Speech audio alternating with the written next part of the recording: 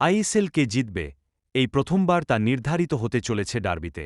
৬ বছরে এই প্রথম ইস্টবেঙ্গল ডার্বি খেলতে নামছে লিগ টেবলের ১ নম্বরে থেকে। মোহনবাগান ২ নম্বরে।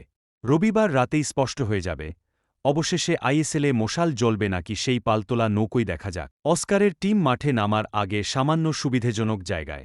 ডার্বি জিতলে পয়েন্ট হবে ২৫। সেক্ষেত্রে শেষ ম্যাচে ইন্টার কাশির কাছে যদি ইস্টবেঙ্গল হেরেও যান, তাহলেও গোল পার্থক্যে চ্যাম্পিয়ন হয়ে যাবে লাল হলুদ।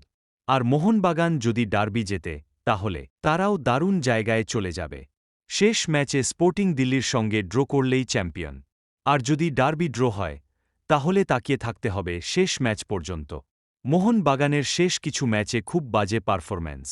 ফলে ডার্বিতে ভালো না খেললে চাপে পড়বে মোহনবাগান, বিশেষ করে শেষ ম্যাচে।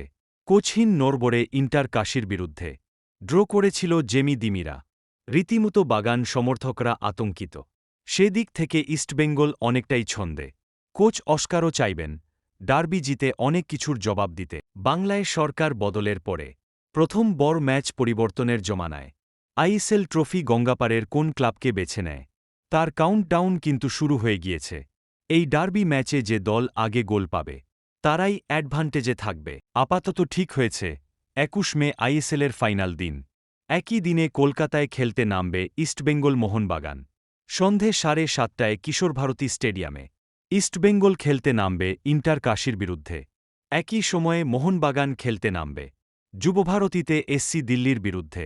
কলকাতার দুটো দলের কাছেই সহজ ম্যাচ, তাই ডার্বির ফলের উপর অনেকটাই নির্ভর করছে এই মরশুমের আইএসএল চ্যাম্পিয়ন কারা হবে। তো এই ছিল আজকের আপডেট। ভিডিওটা যদি ভালো লেগে থাকে, তাহলে একটি লাইক করে চ্যানেলটি সাবস্ক্রাইব করে দিও।